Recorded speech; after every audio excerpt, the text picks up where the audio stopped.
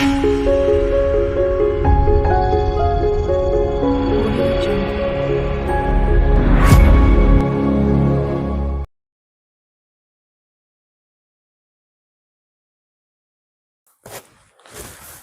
बच्चों, आज हम क्लास 10th का देखेंगे। जो बिहार बोर्ड द्वारा जारी किया गया था मॉडल पेपर जो है उसके बारे में देखिए।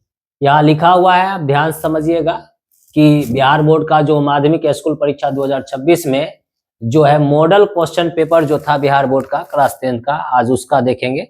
क्योंकि बहुत विद्यार्थी का ये डिमांड था कि सर जो बिहार बोर्ड में जो है मॉडल दिया है उसका क्वेश्चन सॉल्व कर दीजिए। चलिए तब आज के आपके डिमांड पर ये क्वेश्चन आज हम सॉल्व करेंगे।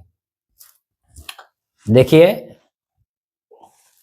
क्वेश्चन जो है यहां से आपका शुरू होता है।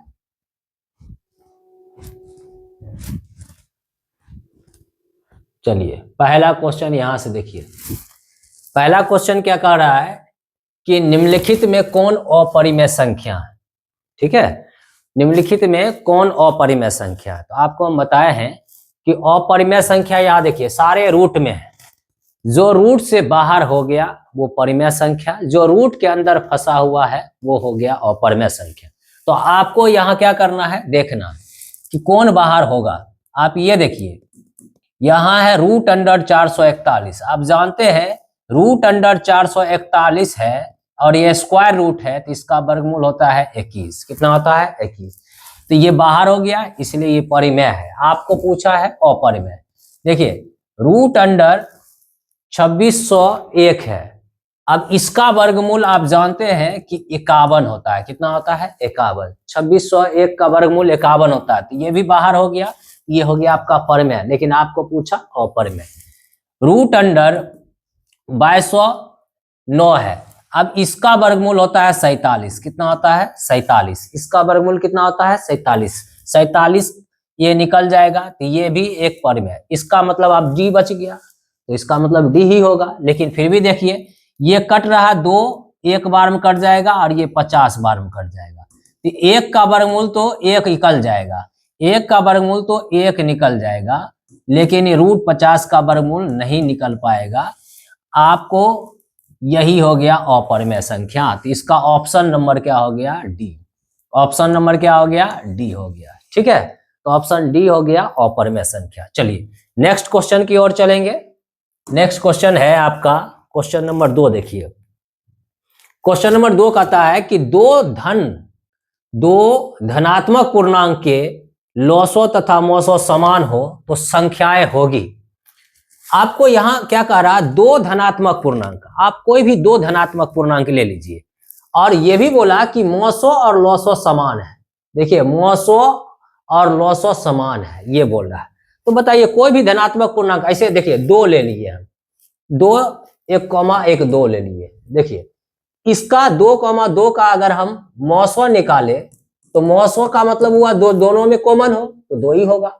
और 2, 2 का लॉसो भी निकालिएगा तो क्या आएगा, लॉसो भी क्या आएगा, 2 ही आएगा। ठीक है, लॉसो भी ऐसा संख्या 2 धनात्मक पूर्णांक लीजिए जिसका लॉसो और मोसो समान होना चाहिए। तो ये 2 लीजिए, 2 का मोसो भी 2 होगा, लॉसो भी 2 होगा। तो कहता है ऐसी संख्या क्या होगी, वो अभाज्य होगी। कहता है ऐसी संख्या अभाज्य होगी कि सह अभाज्य होगी कि बराबर होगी कि संयुक्त होगी। तो ये हम चलेंगे इस पर क्या, बराबर पर चलेंगे। किस पर चलेंगे, बराबर पर। देखिए 2, 2 दोनों संख्या क्या है, बराबर है। तो 2 धनात्मक पूर्णांक लॉसो और मोसो अगर समान हो तो वो संख्या कौन होगी, तो वो संख्या बराबर होगी। और बराबर देखिए 2, 2 है। ठीक है, इसका ऑप्शन नंबर क्या हो जाएगा, सी हो जाएगा। चलिए नेक्स्ट क्वेश्चन की ओर चलेंगे। नेक्स्ट क्वेश्चन है आपका, नेक्स्ट क्वेश्चन देखिए क्वेश्चन नंबर 3।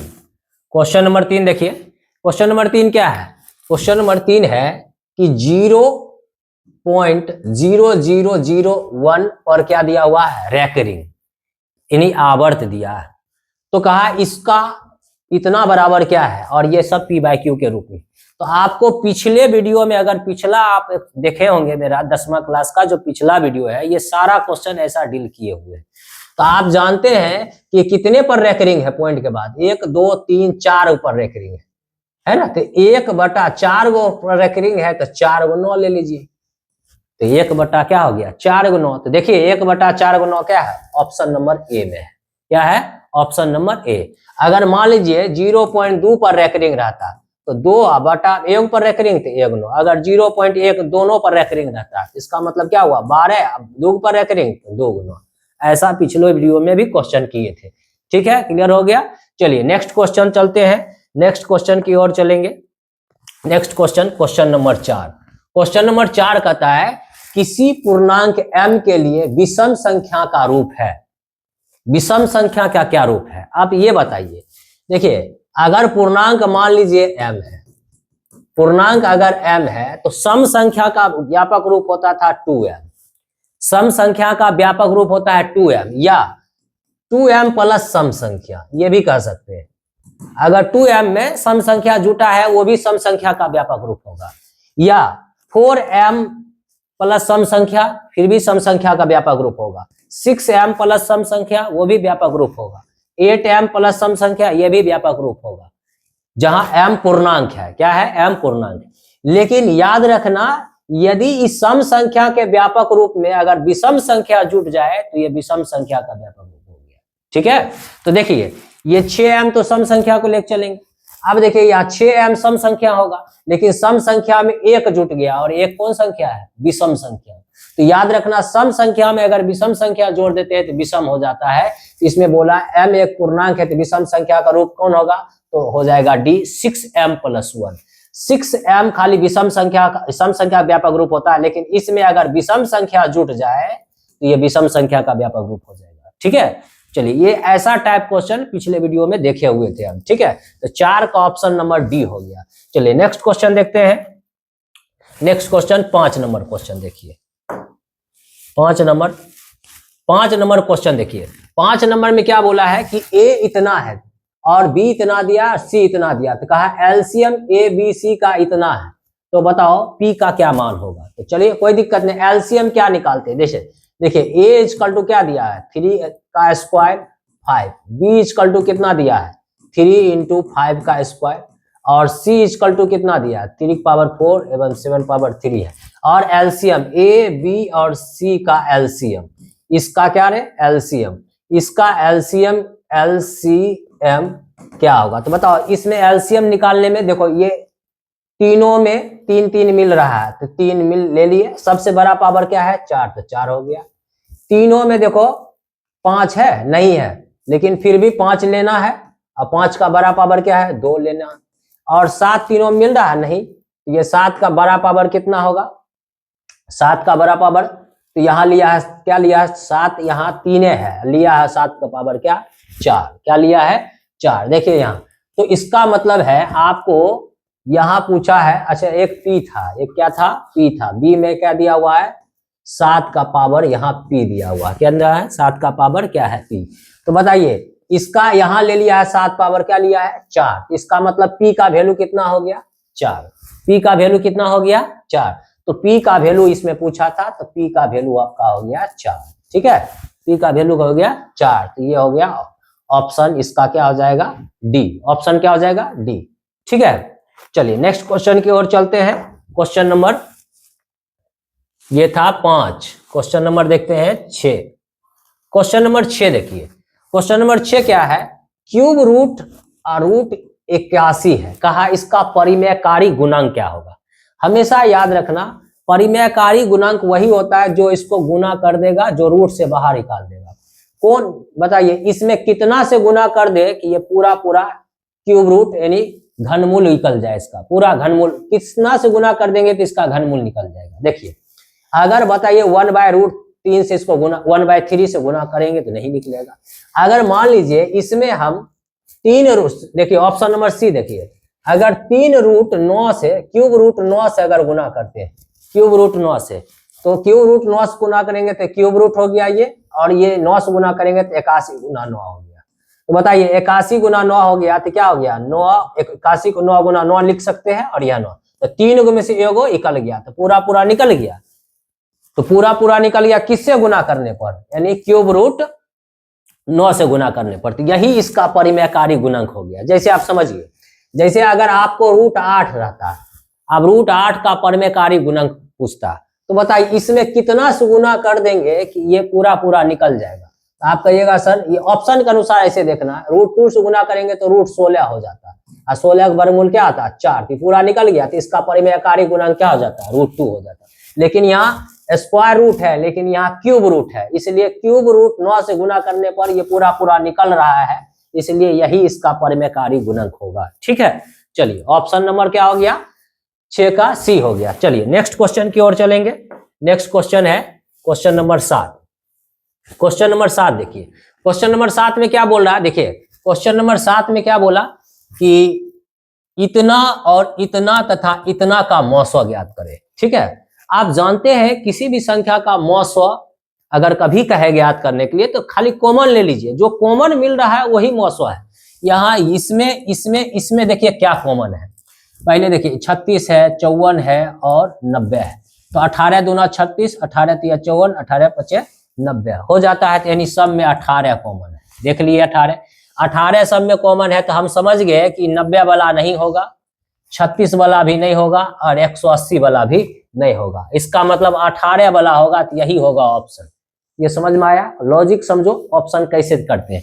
अब देखिए x पावर 5 है, यहाँ x पावर 4 है, x पावर 6 है, तो सब में कॉमन क्या मिलेगा x पावर 4 मिलेगा। y पावर 2 है, y पावर 3 है, y पावर 4 है, तो इसमें y पावर क्या मिलेगा 2 मिलेगा। ये ऑप्शन नंबर क्या हो गया ए हो गया। ठीक है, ऑप्शन नंबर क्या हो गया ए। चलिए नेक्स्ट क्वेश्चन देखेंगे, क्वेश्चन नंबर 7। क्वेश्चन नंबर 7 ही था, क्वेश्चन नंबर 8 देखेंगे। 8 देखिए क्या है।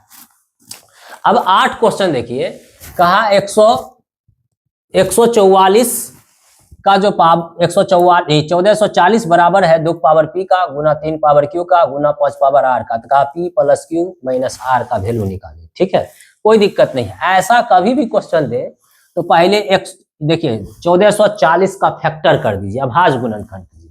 1440 का अभाज्य गुणनखंड अगर हम करेंगे तो 2 से लगाएंगे, 2 सती 14 यानी 700 क्या हो गया 20। ठीक है, फिर 2 से लगाएंगे 36 यानी फिर 2 से लगाएंगे 18 दूना 36, फिर 2 से लगाएंगे तो क्या होगा 90, फिर 2 से लगाएंगे क्या होगा 45, फिर 3 से लगाएंगे तो होगा 15, फिर 3 से लगाएंगे 5 और 5 से लगाएंगे तो 1। इसका ये फैक्टर हो गया। अब बताइए 2 कितना है 1 2 3 4 5, तो इसको हम लिख सकते हैं 2 का पावर कितना 5। 2 का पावर कितना लिखेंगे 5, 2 का पावर 5। अब यहाँ देखिए 3 कितना बार है 1 2, तो 3 का पावर 2, 5 कितना बार है 1, तो 5 पावर 1, और ये किसके बराबर है 2 का पावर p का, 3 का पावर q का और 5 पावर r का बराबर है। गुणनखंड कर दिए। अब देखिए 2 आधार आधार सेम है, बराबर रहे तो आधार आधार सेम है तो इसका पावर भी बराबर हो जाएगा, तो p का पावर किसके बराबर होगा p का पावर 5 के बराबर होगा। देखिए 3 इसका 3 आधार सेम है तो पावर बराबर हो जाएगा। q का पावर किसके बराबर होगा 2 का बराबर होगा। यहाँ देखिए 5 का आधार सेम है तो r का वैल्यू किसके बराबर होगा 1 के बराबर। p q r निकाल लिए, आप जोड़ने के लिए बोले घटाने के लिए बोले तो कर लो। यहाँ क्या बोला तुमको p प्लस क्यू और माइनस r, यानी p plus Q minus r। p का वैल्यू कितना आया p का वैल्यू 5 आया, और q का वैल्यू कितना है 2 है, और r का वैल्यू कितना है 1 है। ये 5 और 2 जोड़ दो तो 7, और 7 में 1 घटा दो कितना हो गया 6, इसका वैल्यू हो जाएगा 6, ऑप्शन नंबर ए। ठीक है, ऑप्शन ऐसा कभी भी क्वेश्चन कहे तो गुणनखंड करना, और आधार अगर सेम है तो पावर बराबर कर देना, मान निकल जाएगा। ठीक है, चलिए नेक्स्ट क्वेश्चन चलते हैं, क्वेश्चन नंबर 9 की ओर चलेंगे। क्वेश्चन नंबर 9 देखिए, क्वेश्चन नंबर 9 क्या है आप समझिए। क्वेश्चन नंबर निम्नलिखित में किसका दशमलव प्रसार अशांत है। देखिए आप जानते हैं शांत और अशांत में कंडीशन है, अगर कोई भी परिमेय संख्या p/q के रूप में है और q का अगर गुणनखंड अभाज्य गुणनखंड करने पर 2 का पावर m और 5 पावर n के रूप में आ गया तो वो शांत होगा, या खाली 2 का पावर mo है फिर भी शांत होगा, या अगर 5 पावर n है सिर्फ तभी वो शांत होगा, लेकिन 2 और 5 के सिवा कोई तीसरा आ जाए गुणनखंड में तो अशांत हो जाता है। क्या हो जाता है अशांत हो जाता है। चलिए इसको चेक कीजिए। अब देखिए ये पहले P बटा Q के रूप में है, अगर कट रहा तो काटिए। ये 25 से देखिए कट रहा, 25 पचे 125। अब 25 चौक 100, 25 को 16 से गुना कर देंगे तो 400 होगा। तो ये देखिए, अब ये देखिए 25 चौक 25 पचे 25, अब 25 को 16 से गुना करेंगे, क्योंकि 25 चौक 100 होता है, तो यहाँ 400 है, तो 4 बार 4 4 हो जाएगा, 16 बार में कट जाएगा। अब 16 का गुणनखंड करेंगे तो 2 की पावर 4 आ जाएगा, तो इसका मतलब ये शांत है। देखो P बटा Q में Q का अभाज्य गुणनखंड 2 रूप में है, इसलिए शांत है। चलो और चेक कर लो। अभी यहां देखो, इसको चेक कर लो, बी, ऑप्शन नंबर बी को चेक करो। 250 का अभाज्य गुणनखंड, ये कट नहीं रहा है, नहीं कट रहा है, तो 250 का अभाज्य गुणनखंड करेंगे तो क्या होगा, देखिए 250 का करेंगे, 2 से लगाएंगे, कितना हो गया, 2 अठे 2 एकम 2 और 2 दूना 4, 125, ठीक है। फिर 5 लगाएंगे तो 25, फिर 5 लगाएंगे तो 5, फिर 5 लगाएंगे। इसके अभाज्य गुणनखंड में सिर्फ 2 और 5 आ रहा है, इसका मतलब ये भी शांत हो जाएगा। P बटा Q, इसका Q का अभाज्य गुणनखंड में सिर्फ 2 और 5 है, ये भी शांत होगा। इसमें भी खाली 2 है, ये भी शांत होगा। चलो इसको देखो, पहले ये देख लो, अगर कट रहा है तो पहले काट कर चेक करना। देखो 4 2 4 6 और 4 10 2 12, यहाँ 3 से ही कट जाएगा, 2 से भी कट रहा है। और ये देखो 5 2 7 7 6 13 1 14, इसका मतलब ये 5 से कटेगा और ये 3 से नहीं कटेगा, तो नीचे वाला 5 से नहीं कट रहा। अब 462 को अभाज्य गुणनखंड करेंगे तो देखो 2 से लगाएंगे तो 2 एकम 2 दूना 4, 2 तिया 6, 31। अब बताओ 31 आ गया, 7 से लगा देंगे या 3, देखो तीनों से लग रहा है, 3 से भी लग रहा है ना, 3 से जब लग जाएगा तो 3 अठे 3 सते 21 और 2 बचेगा तो 3 सते 21। अब इसके अभाज्य गुणनखंड में हम देख रहे हैं 3 आ रहा है, इसके अभाज्य गुणनखंड में हम क्या देख रहे हैं, 3 आ रहा। अंश बटा हर P बटा Q के अभाज्य गुणनखंड में सिर्फ 2 आएगा, शांत होगा, 5 आएगा, शांत होगा, 2 5 दोनों रहेगा, शांत होगा। लेकिन 2 और 5 को छोड़कर अगर कोई तीसरा आ गया तो शांत। देखो इसके अभाज्य गुणनखंड में 3 आ जाएगा, तो ये हो गया आपका अशांत। और 625 है तो 625 को तोड़ो तो 625 के अभाज्य गुणनखंड में सब 5 आएगा। देखो 5 से करेगा तो 125, फिर 5 से तोड़ेगा तो 25, फिर 5 से तोड़ेगा तो 5, फिर 5 से तोड़ेगा, सारा का सारा 5 है, तो ये शांत है, ये भी शांत है, ये भी शांत है। तो आपको पूछा है प्रसार अशांत कौन है, तो अशांत ऑप्शन नंबर सी है। क्या है, ऑप्शन नंबर सी, क्योंकि इसके अभाज्य गुणनखंड में 3 आ रहा। ठीक है, चलिए नेक्स्ट क्वेश्चन की ओर चलेंगे। नेक्स्ट क्वेश्चन देखेंगे, क्वेश्चन नंबर 10। क्वेश्चन नंबर 10 देखिए, क्वेश्चन नंबर 10 कहा यदि n एक प्राकृत संख्या है तो n का पावर 2n माइनस 4 का पावर 2n सदैव विभाज्य होगा। आपको देखिए इसमें क्या बोला है कि 9 का पावर 2n और 4 का पावर भी 2n है, और बोला n एक प्राकृत संख्या है। प्राकृत संख्या का मतलब गिनती की संख्या कहते हैं, 1 2 3 4 यही सब होगा, डॉट डॉट अनंत तक जाएगा। कहा कि n एक प्राकृत संख्या है, तो बताइए ये इतना जो है सदैव विभाज्य होगा किससे, 13 से होगा कि 5 तथा 13 दोनों से होगा कि सिर्फ 5 से होगा, इनमें से कोई नहीं। तो चलिए अच्छा बताओ n क्या बोला, प्राकृत संख्या, तो n का जगह पर हम प्राकृत संख्या रख के चेक कर लेते हैं। जब n के जगह पर यहाँ 1 रखेंगे, n के जगह पर 1 रखेंगे तो 2 गुना 1 क्या हो जाएगा 2, यहाँ भी 4 है 4 लिख दिए, n की जगह पर 1 रखेंगे तो 2 गुना 1 क्या होगा 2, तो 9 का स्क्वायर कितना होता है 81, 4 का स्क्वायर हो गया 16, 11 में 6 गया तो 5 और 7 में से 1 गया तो 6, 65 आ रहा है n की जगह पर 1। और हम देख रहे हैं कि 65 13 से भी विभाज्य है, 65 5 से भी विभाज्य है, और सी देखिए 5 तथा 13 दोनों है, इसका मतलब ऑप्शन नंबर क्या हो गया सी, यानी 65 रखने पर 13 5 और तथा 13 से दोनों विभाज्य। अब कहिएगा सर एक ही रख के चेक करेंगे, आप 2 भी रखिए तो वही बात आएगा, दोनों से विभाज्य होगा। ठीक है, चलिए तो ऑप्शन नंबर हो गया इसका सी। चलिए नेक्स्ट क्वेश्चन चलते हैं, क्वेश्चन नंबर 11। क्वेश्चन नंबर 11 क्या कहता है, ध्यान दीजिए। क्वेश्चन नंबर 11 जो है ये पिछले वीडियो में ये सब क्वेश्चन हम किए हुए हैं। ठीक है, चलिए क्वेश्चन नंबर 11 कहता है 65 तथा 117 का मौसो 65 n और 117 के रूप में है, तो n का मान ज्ञात करें। कोई दिक्कत नहीं, ये 65 और 117 का मौसो जो निकलेगा वो इसके बराबर है। तो कहता है n का मान निकाल लेंगे। 65 और 117 का मौसो बताइए क्या होगा। तो मौसो 65 और 117 का मौसो क्या होता है, जो दोनों में कॉमन है। तो देखो 13 पचे 65 हो जाएगा और 13 नमा 117 हो जाएगा। इसका मतलब ये दोनों में कॉमन है 13, तो इसलिए ई 65 और 117 का जो मौसो आएगा वो आपका आएगा 13। और इसका जो मौसो है कहता है इसके रूप में है। किसके रूप में है, वो है 65n माइनस 117 के रूप में लिख दिए। इसका मौसो इसके रूप में लिख दिए, कोई दिक्कत है, n का मान अब आसानी से निकलेगा। देखो माइनस में 117 इधर ले आएगा तो प्लस में हो जाएगा, और इधर है 65n। अब बताओ ये 117 में 13 जोड़ देंगे तो कितना हो जाएगा बताओ, 100 कितना हो जाएगा 30, अब बराबर है यहाँ 65n। तो 65 से 2 बार में कट जाएगा तो n का वैल्यू किसके बराबर निकलेगा, 2 के बराबर। चलिए ऑप्शन नंबर इसका हो गया सी। ठीक है, ये बोला इतना का मौसो इसके रूप में है, तो इसका मौसो है 13 के बराबर करके n का मान निकाल लिए। चलिए ठीक है, ये सब क्वेश्चन पिछले वीडियो में बताए हुए हैं। चलिए क्वेश्चन नंबर 12 देखिए, ये भी क्वेश्चन पिछले वीडियो में किए हुए ऐसा टाइप क्वेश्चन। अब कहा 141/120, कहा इसके दशमलव के कितने स्थान के बाद शांत होंगे।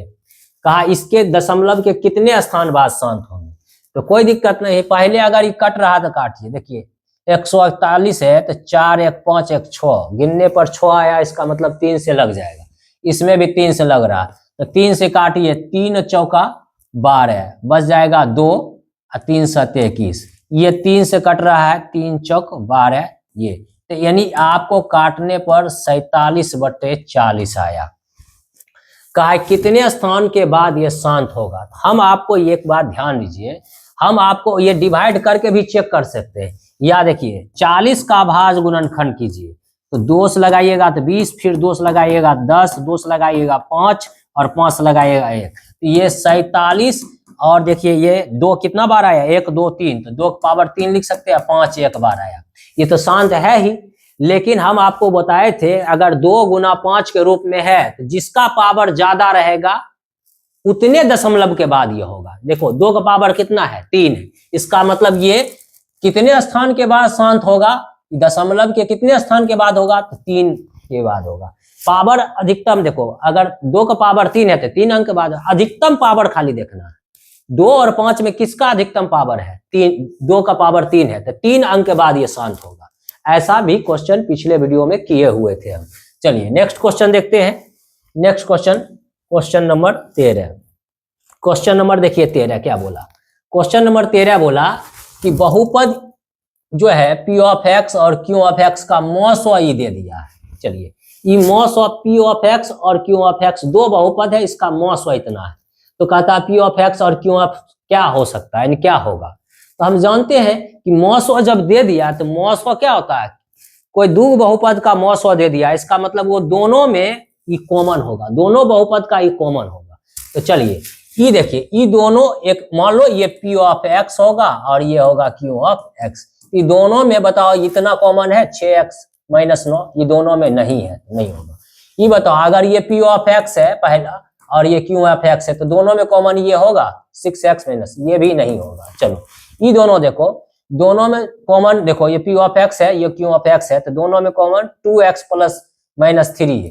2x - 3 ले लेंगे तो 2x - 3 आ जाएगा। चलो दोनों में 3 भी कॉमन है तो 3 लेंगे, इससे गुना करेंगे तो क्या हो जाएगा 6x, इसको करेंगे तो -9। लेकिन ये चलो यही आ रहा है 2x - 3, अरे यहाँ प्लस है, यहाँ क्या है 2x - 3 है या 2x + 3 है, तो यहाँ कॉमन नहीं है ये, तो ये भी नहीं होगा। चलो तो ऑप्शन नंबर डी हो जाएगा। देखिए ये दोनों में क्या कॉमन है, अगर ये पी ऑफ एक्स होगा और ये क्यू ऑफ एक्स होगा तो ये दोनों का मौसो देखो ये आ रहा है। देखो ये दोनों में 2x - 3 कॉमन मिल रहा है, दोनों में मिल रहा है, और 3 है 6 है तो 3 भी मिल रहा है, तो 3 से इसमें गुना करेंगे 6x, ये 9। इसका मतलब पी ऑफ एक्स होगा, ई क्यू ऑफ एक्स होगा, ये दोनों का मौसो यही होगा। यही नहीं बोला, इसका मौसो यही है, तो ऑप्शन नंबर हो गया आपका डी। ऑप्शन नंबर क्या हो गया डी। मौसो दे दिया है, कहा ये बताइए किसका मौसो है, ये दोनों का मौसो होगा, ये दोनों में कॉमन वही है तो इसका मौसो होगा। ठीक है, चलिए क्वेश्चन नंबर 14 की ओर चलेंगे। क्वेश्चन नंबर 14, क्वेश्चन नंबर 14 देखिए, कहा निम्नलिखित में कौन बीजीय व्यंजक बहुपद नहीं है। पिछले वीडियो में बहुत सारे बता दिए थे बहुपद। बहुपद होने के लिए चर x हो या y हो, उसका पावर या तो एक धनात्मक पूर्णांक होना चाहिए। क्या होना चाहिए? पूर्णांक होना चाहिए, तभी वो बहुपद होगा। देखिए ये पावर y में है बहुपद, और ये देखिए पावर 3 है y का, पावर 3 है, यहाँ y का पद है, ये एक बहुपद है। आपको बोला बहुपद नहीं है, ये नहीं चेक करना। अब यहाँ देखिए आपको यहाँ दिख गया है, देखो यहाँ y का जो है पावर, y का यहाँ रूट लग गया है, y में क्या लग गया? रूट। तो रूट का मतलब हुआ पावर 1/2। तो बताओ इसका चर y में पावर पूर्णांक है? पूर्णांक तो नहीं है, ये धनात्मक पूर्णांक नहीं है, रूट है, तो रूट 1/2 हो गया पावर, तो पूर्णांक ये नहीं हुआ। पूर्णांक नहीं हुआ तो यही बहुपद नहीं है, बाकी बाद ये सब बहुपद होगा। आप इसको कॉमन ले लीजिए, देखिए यहाँ y हम कॉमन ले लिए, y² दोनों में, तो क्या बच गया? y + 15। ये दोनों में क्या? y + 15 है। अब देखिए बटा में क्या है? y² + 1, दोनों में y + 15 कॉमन फिर ले लिए, क्या बचेगा? y² + 1, और ये y² + 1, ये कट जाएगा तो ये भी एक बहुपद है। उसी तरह यहाँ कॉमन लीजिए, ये भी बहुपद है, ये भी बहुपद है, ये भी बहुपद है। सिर्फ यहाँ देखिए चर y का पावर रूट लग गया, रूट का मतलब हुआ पावर हाफ, इसका मतलब इसका पावर भिन्न में आ गया, ये बहुपद नहीं है। तो आपको ऑप्शन हो गया सी इसका आंसर। ठीक है, चलिए नेक्स्ट क्वेश्चन की ओर चलेंगे। नेक्स्ट क्वेश्चन है आपका क्वेश्चन नंबर 15। 15 नंबर क्वेश्चन देखिए, 15 ही ना होगा, हाँ 15 नंबर क्वेश्चन देखिए। 15 नंबर क्वेश्चन देखिए, 15 में क्या बोला कि यदि बहुपद इतना के शून्यक अल्फा और बीटा है तो इसका मान ज्ञात करें। चलिए कोई दिक्कत नहीं, बना सकते इसको आराम से। इसका शून्यक बोला है अल्फा और बीटा है, तो अल्फा इंटू बीटा इंटू 1/अल्फा प्लस बीटा का वैल्यू क्या होगा, यही कहना। तो ये बताओ अल्फा प्लस बीटा बराबर क्या होता है? अल्फा प्लस बीटा बराबर होता है -b/a। क्या होता है? -b/a।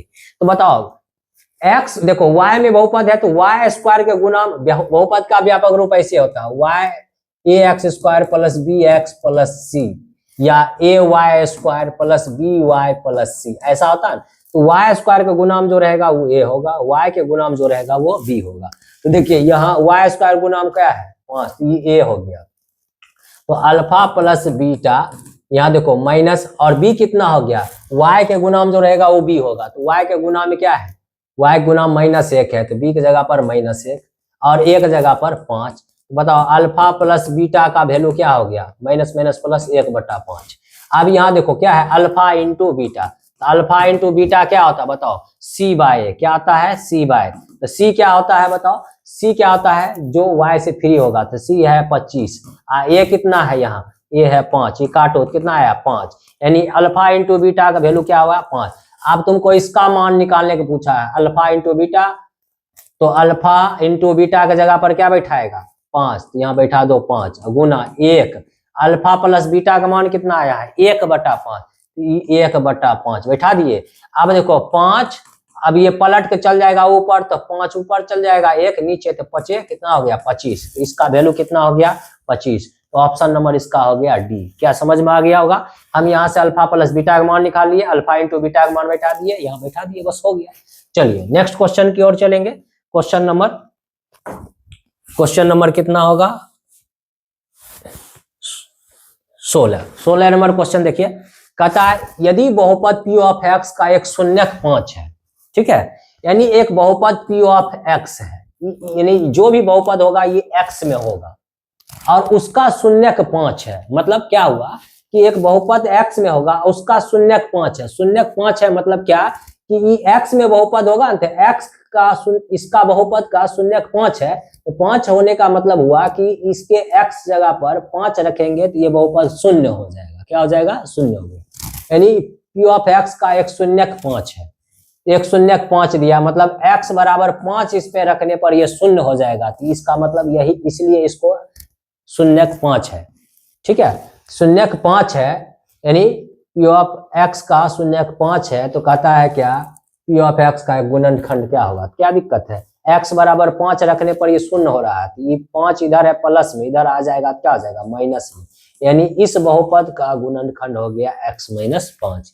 ऐसा भी क्वेश्चन पिछले वीडियो में किए हुए हैं। ये देखिए इसका आंसर हो गया ऑप्शन ए। अगर कोई भी बहुपद कहेगा, अगर मान लीजिए अगर कोई कहता बहुपद है p ऑफ x और इसका शून्यक -2 है, तो कहेगा इसका गुणनखंड क्या होगा। इसका शून्यक x बराबर क्या है -2 है, तो इधर ले आओ तो +2 होता है, तो +2 कह देते हैं गुणनखंड है। ठीक है, ऐसा भी क्वेश्चन पिछले वीडियो में किए हुए। पिछले वीडियो को जरूर देखिए, उसको देखिएगा तो इससे क्वेश्चन लगभग बन जाएगा। चलिए नेक्स्ट क्वेश्चन देखते हैं, क्वेश्चन नंबर 17 देखिए, कहता है क्या इतना के शून्यक अल्फा और बीटा है, तो alpha square plus beta square plus alpha into beta बराबर 21/4। पी का मान लिया, कोई दिक्कत नहीं, आराम से निकाल लेंगे। देखिए कैसे निकालेंगे इसको, देखिए कैसे निकालेंगे, तो यहां बताइए पहले अल्फा प्लस बीटा निकाल लीजिए। अल्फा प्लस बीटा क्या होता है -b/a, तो -b/a होता है ना।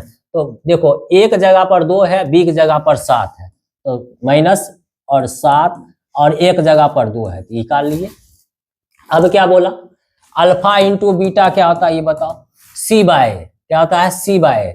सी की जगह पर यहाँ देखो p है, एक जगह पर यहाँ क्या है 2 है, बैठा लिए, निकाल लिए दोनों। अब आपको बोला है क्या निकालने, आपको बोला है कि देखो यहाँ बोला है क्या कि alpha square plus beta square plus alpha into beta का वैल्यू क्या है 21/4 है, तो p का मान निकालें। ठीक है, आराम से निकालेंगे। अच्छा बताओ a square plus b square बराबर क्या होता है formula, a square plus b square बराबर होता है a प्लस b का होल स्क्वायर -2ab, ये फॉर्मूला होता है। ठीक है, तो देखो यहाँ alpha square plus beta square को हम क्या लिख सकते हैं, अल्फा प्लस बीटा का whole square -2 alpha into beta, और यहाँ पहले से है क्या रे अल्फा इंटू बीटा बराबर है 21/4। ठीक है, अब बताओ अल्फा प्लस बीटा का वैल्यू कितना है, देखो अल्फा प्लस बीटा का वैल्यू है -7/2, तो -7/2 का हम क्या बैठा दिए स्क्वायर, और 2 अल्फा इंटू बीटा माइनस में है, योग प्लस में, तो घट के योग बच जाएगा, और यहाँ है 21/4। ठीक है, अब बताओ इसका अब मान बैठा देंगे, देखो इसका मान बैठाओ, ये हो गया 49/4, और अल्फा इंटू बीटा का वैल्यू कितना आया 21/4, कितना आया था नहीं p/2, कितना था p/2, तो -p/2, और इधर कितना है आपका 21/4। अब बताओ ये 49/4 है, तो 49/4 को यही रखो, ये प्लस में इधर ले आओ तो माइनस में 21 क्या हो गया 4, और ये माइनस में इधर कर दिए तो इसको प्लस में हो गया। अब ये लघुत्तम सेम है, 49 में 21 घटा दो, कितना हो गया 49 में, इधर लिख रहे हैं ध्यान से देखना, 49 में से 21 घट गया तो 9 में से 1 गया तो 8, और 4 में से 2 गया तो 2, और यहाँ बटा में 4, अब बराबर है यहाँ p/2। ये बताओ 4 सते 28 कट गया, अब क्रॉस गुना करो तो ये p, और इसको क्रॉस करेगा तो 7 दूना 14, यानी p का वैल्यू 14 हो गया। ठीक है, ऑब्जेक्टिव है, थोड़ा ठीक ठाक क्वेश्चन है, तो p का वैल्यू 14 हो गया, यहां से ये निकाल लिए। ठीक है, चलिए नेक्स्ट क्वेश्चन की ओर बढ़ेंगे, क्वेश्चन नंबर 18। देखो 18 में क्या बोला है कि इतना का घात क्या होगा, तो कोई भी बहुपद दिया रहेगा तो उसका अधिकतम जो पावर होगा वही घात होगा।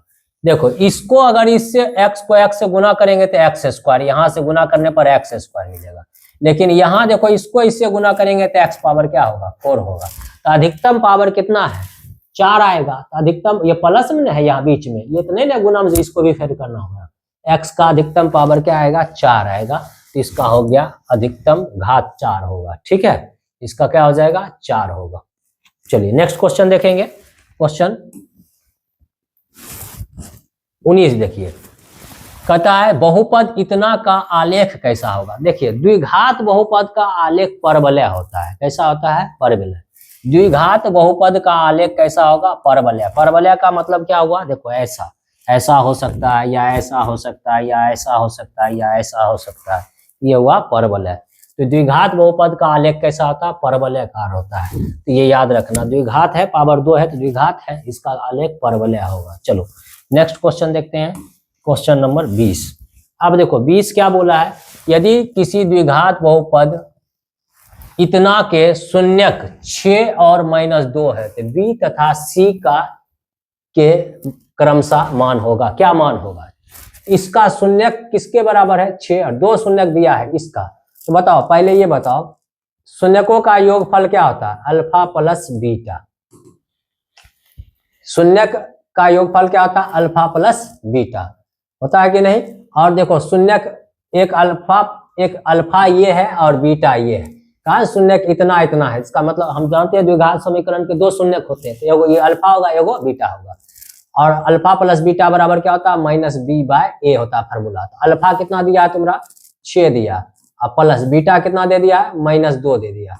और ये माइनस बी का वैल्यू बताओ यहाँ क्या होगा? बी का वैल्यू देखो ba है, और ए का वैल्यू क्या है? ए का वैल्यू 1 है, तो ये क्या हो गया बताओ? 6 से 2 घट गया तो ये 4 यानी -b, यानी बी का वैल्यू हो गया -4। ठीक है, बी का वैल्यू 4, अल्फा प्लस बीटा का लगा दी। फिर हम जानते हैं शून्यकों का गुणनफल क्या होता है? Alpha into beta. Alpha into beta क्या होता है? c/a। क्या होता है? c/a। अल्फा कितना है तुम्हारा? 6 दिया हुआ, और बीटा कितना दिया है? -2 दिया है। c का मान कितना है? c/a है, और a का वैल्यू x² गुना कुछ नहीं 1 तो 1 है।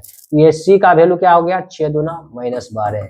यानी याद रखना कि यहाँ b का वैल्यू -4 है और c का वैल्यू क्या है? -12 है। तो आपको बोला b और c, पहले b उसके बाद c। तो b का वैल्यू -4, इसमें -4, और c का वैल्यू -12, -12 ऑप्शन नंबर ए हो गया। ठीक है, ऑप्शन नंबर ए। चलिए नेक्स्ट क्वेश्चन की ओर चलते हैं। नेक्स्ट क्वेश्चन देखो, क्वेश्चन नंबर क्या है? 21। चलिए क्वेश्चन नंबर 21 देखिए, कहा था इतना इतना इतना, ये तीनों बराबर है तो y का मान याद, कोई दिक्कत नहीं। एक बार इतना बराबर, तीनों बराबर है तो एक बार फर्स्ट बराबर लास्ट कर देते हैं, एक बार सेकेंड बराबर लास्ट कर देते हैं। जब फर्स्ट बराबर लास्ट करेंगे तो देखिए 3x पावर y, और लास्ट क्या है? √27। अच्छा, √27 का मतलब क्या हुआ? √27 का मतलब हुआ क्या कि 27 को हम 3 गुना 3 गुना 3 लिख सकते हैं, ये लिखेंगे तो 3 एगो रूट से बाहर हो जाएगा तो एक √3 रहेगा। और याद करो कि या तो आप ऐसे कह सकते हैं कि 27, अब यहाँ देखो 27 का यहाँ हम ऐसे भी लिख सकते हैं, 27 को 3 का पावर 3 लिख सकते हैं। 27 को हम क्या लिख सकते हैं? √27 को क्या लिख सकते हैं? 3 पावर 3 लिखते हैं, तो 3 लिख दिया। और याद रखना रूट का मतलब होता है पावर 1/2। रूट का मतलब क्या होता है? पावर 1/2। तो 1/2, तो ये 3 पावर क्या आ जाएगा? 3/2। 27 को हम 3 का पावर 3 लिख दिए, और ये रूट का मतलब हुआ पावर 1/2, तो एक पावर गुना हो जाएगा, तो ये क्या हो जाएगा? इसका मतलब है क्या? फर्स्ट बराबर लास्ट करेंगे तो 27 को लिखेंगे 3 का पावर कितना? देखो 3/2। और फिर जब सेकेंड को लास्ट के बराबर करेंगे तो 3 पावर x - y बराबर ये हो जाएगा 3 पावर 3/2। दोनों अब आधार दोनों का सेम है तो कट जाएगा, पावर बराबर हो जाएगा। ये सेम है, कट जाएगा, पावर बराबर, तो पावर x + y बराबर क्या हो गया? 3/2। यहाँ भी पावर बराबर है, आधार बराबर है तो पावर बराबर हो जाएगा, यहाँ भी 3/2। अब ये देखो समीकरण के रूप में हो गया, ये समीकरण 1 हो गया और ये समीकरण 2 हो गया। दोनों को जोड़ दो तो x + y बराबर है 3/2, और यहाँ है x - y बराबर 3/2। ये जोड़ो तो ये कट गया, ये क्या हो जाएगा? ये जोड़ो 2x। अब यहाँ देखो ये 2x हो गया।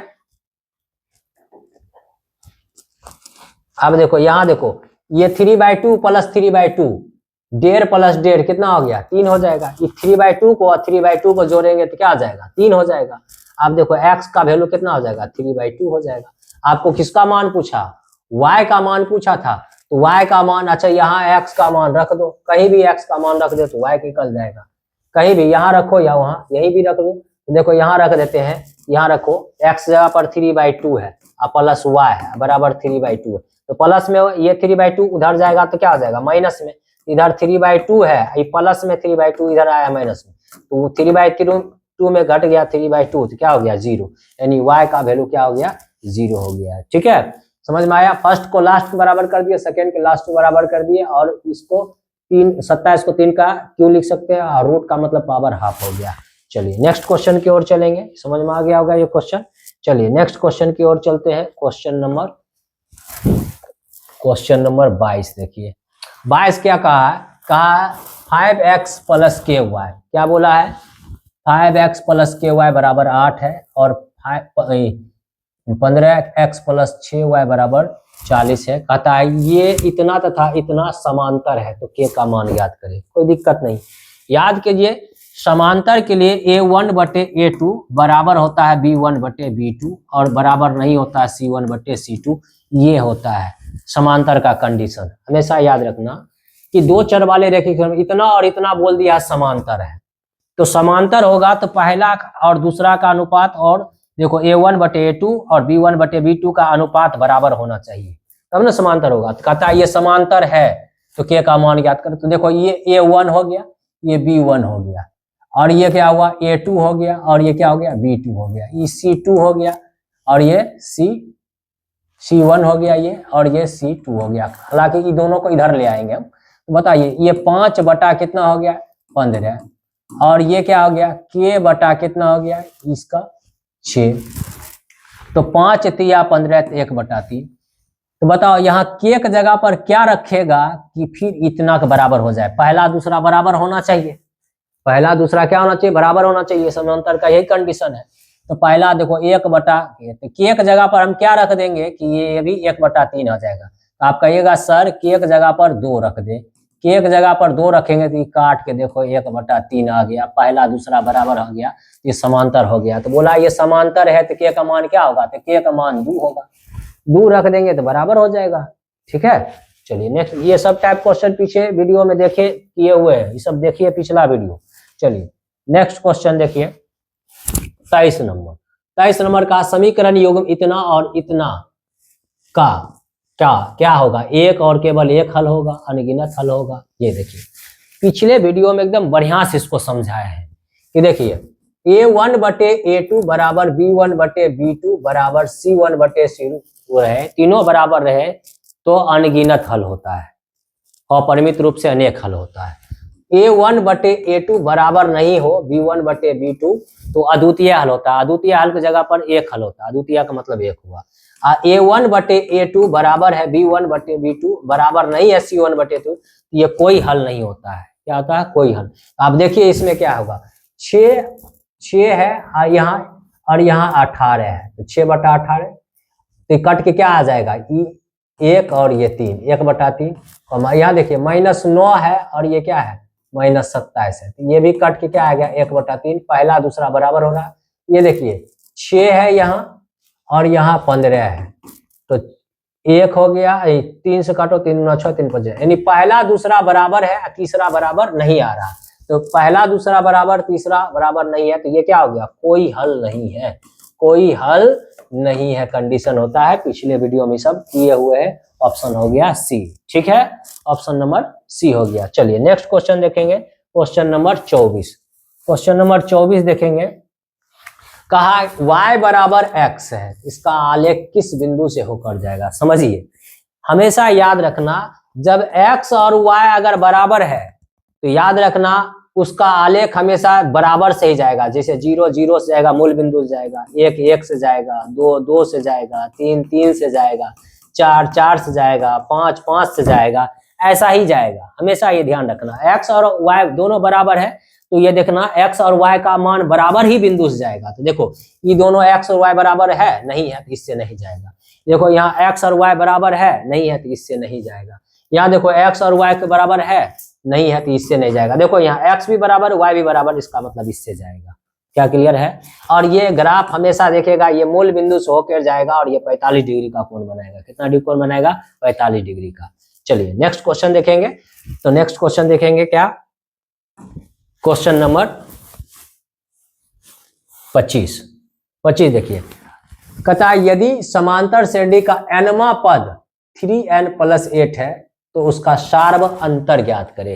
देखो किसी श्रेणी समांतर श्रेणी का nवां पद है, यानी nवां पद an बराबर दे दिया 3n + 8, तो कहता है सार्व अंतर ज्ञात करे। आप जानते हैं सार्व अंतर को हम स्मॉल d से लिखते हैं, और सार्व अंतर कैसे निकालते हैं वो दूसरा पद में पहला पद घटाते हैं तो सारवंतर निकलता है।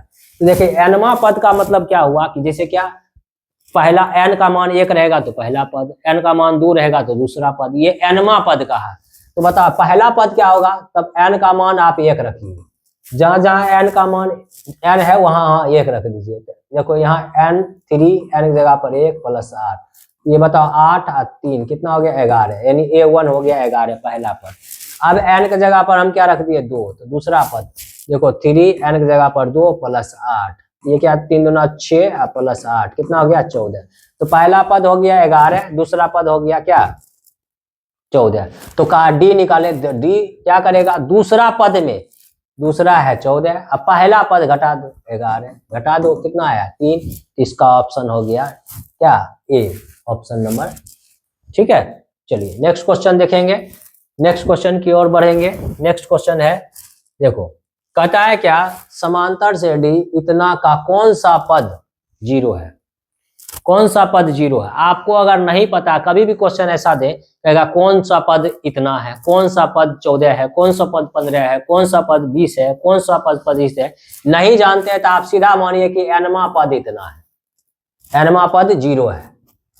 ठीक है, ये बोला इतना इतना इतना का कौन सा पद 0 है, नहीं जान रहे थे आप मानिए एनवा पद 0 है। ठीक है, बताइए यहाँ ए का वैल्यू कितना है 81, प्रथम पद है 81, अब बी का वैल्यू, डी का वैल्यू, डी का वैल्यू यानी प्रथम पद निकालिए, अब सारवंतर निकालिए। सारवंतर कैसे निकालते हैं, दूसरा पद में पहला पद, तो 72 में से 81 घटा दीजिए, तो कितना निकलेगा घट के -9। अब यह एनवा पद बराबर 0 है, तो ए एन का फॉर्मूला क्या होता है, a + n - 1 × d = 0। ए का वैल्यू कितना हो गया 81, एन तो ऐसे ही रखेंगे क्योंकि एनवा पद ही माने हैं, डी का वैल्यू क्या है -9 बराबर इधर 0, ये 81 प्लस में उधर जाएगा तो माइनस में हो जाएगा, क्या हो जाएगा माइनस में, तो -81 n - 1, देखो -81 गुना में है, इधर आएगा तो भाग में, तो ये कट गया कितना बार में 9 बार में, तो n - 1 बराबर 9, तो n माइनस में 1 इधर आएगा तो प्लस में, तो 9 + 1 क्या हो गया 10। इसका मतलब हुआ कि 10वां पद जो होगा तुम्हारा वो 0 होगा, चेक कर सकता है, ये 10 निकालो 0 आ जाएगा। ठीक है, चलिए नेक्स्ट क्वेश्चन देखेंगे, क्वेश्चन नंबर 27, क्वेश्चन नंबर 27 सब एपी का क्वेश्चन है।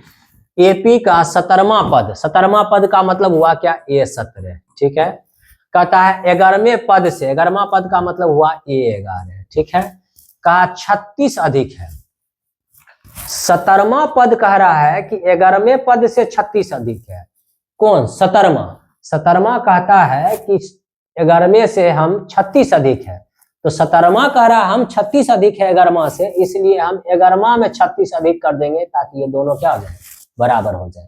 ये कह रहा था हम अधिक है, लेकिन इसमें हम अधिक कर देंगे तो ये दोनों आपस में क्या हो जाएगा बराबर होगा, समीकरण के रूप के अनुसार। अब कहा सारवंतर का मान क्या होगा, तो कोई दिक्कत नहीं, A17 को हम क्या लिखेंगे A + 16D होता है, A11 को क्या लिखेंगे A + 10D होता है, प्लस इधर क्या है 36, ये A प्लस में इधर भी प्लस में, इधर आएगा घट के खत्म हो जाएगा। अब देखिए 16D है, ये प्लस में इधर आएगा तो माइनस में 10D, इधर 36, 16D में 10D घट गया तो 6D बराबर क्या 36, 6 से कट गया 6, तो यानी D 36 कट गया, तो यानी D का वैल्यू क्या निकल गया 6, यानी D का वैल्यू आपको पूछा, सारवंतर पूछा, सारवंतर क्या हो जाएगा इसका 6 हो जाएगा। ठीक है, चलिए नेक्स्ट क्वेश्चन की ओर चलेंगे। नेक्स्ट क्वेश्चन देखिए, क्वेश्चन नंबर 28। अब ये क्वेश्चन देखिए, इतना का कहता है कि 1 + 3 + 5 .. n पदों का योग क्या होगा। ये योग पूछ रहा है, तो इसका आंसर डायरेक्ट आप जानिए कि क्या हो जाएगा n²। प्रथम n विषम संख्याओं के वर्गों का, प्रथम n विषम संख्या का योग होता है n²। देखिए ये ध्यान रखना, 1 + 3 + 5, प्रथम ये ... कहां तक n तक, ये n प्रथम n विषम संख्या है सब, देखो 1 3 5 फिर 7, ये विषम संख्या का ऐसा रहेगा क्रम, इसका Sn बराबर क्या हो जाएगा n² हो जाएगा, क्या हो जाएगा n², समझे कि नहीं। अगर मान लीजिए प्राकृत संख्या का रहता है 1 + 2 + 3 ... ये क्या हो जाएगा n × n + 1/2 हो जाता है, क्या हो जाता है n। अगर इसी आप इसको निकाल भी सकते हैं Sn वाला फार्मूला पर, ये तो डायरेक्ट फार्मूला, अगर आपको नहीं बुझने आ रहा है, फार्मूला नहीं याद है तो आप निकाल सकते हैं। देखिए a का वैल्यू कितना हुआ 1, और डी का वैल्यू क्या हो गया, 3 में से 1 गया तो 2। अब SN वाला फार्मूला लगा दो तुम। अगर तुमको ये डायरेक्ट नहीं याद है तो ऐसे निकाल लो, देखो AP आता है बस निकाल लो, A बराबर 1 D बराबर 2, SN बराबर क्या आता है फार्मूला बताओ, n/2 2A plus n-1 into D. n तक जा रहा है तो ये n ऐसे ही रखो, 2 A का वैल्यू कितना है 1, n को ऐसे ही रखो, और D का वैल्यू क्या निकला तुम्हारा 2 बैठा दिए, n/2 2 प्लस इसको इसे गुना करो तो 2n-2, देखो 2 से 2 कट गया तो n/2 ये क्या है, अब बच गया यहाँ कितना 2n, तब 2 से 2 कट गया तो n गुना n क्या हो गया n² हो गया। नहीं अगर ऐसा वाला, देखो हम आपको डायरेक्ट बता दिए कि प्रथम विषम संख्या का योग रहेगा n तक तो n², प्राकृत संख्या का रहेगा तो n इंटू n प्लस 1, उसी तरह सम संख्या का रहेगा तो भी निकाल सकता है। यही नहीं याद है तो ऐसे A का वैल्यू और D का वैल्यू निकाल दो, n का मान n रहेगा, फार्मूला बैठा दो, SN वाला निकल जाएगा। ठीक है, चलिए नेक्स्ट क्वेश्चन की ओर चलेंगे, नेक्स्ट क्वेश्चन की ओर चलते हैं। चलिए नेक्स्ट क्वेश्चन में क्या बोला कि यदि इतना AP में है तो X और Y का मान ज्ञात करो। हम जानते हैं किसी भी अगर कोई कह दिया ये AP में है, अगर ये AP में है तो इसका मतलब हुआ इसका सार्वनुपात बराबर होगा।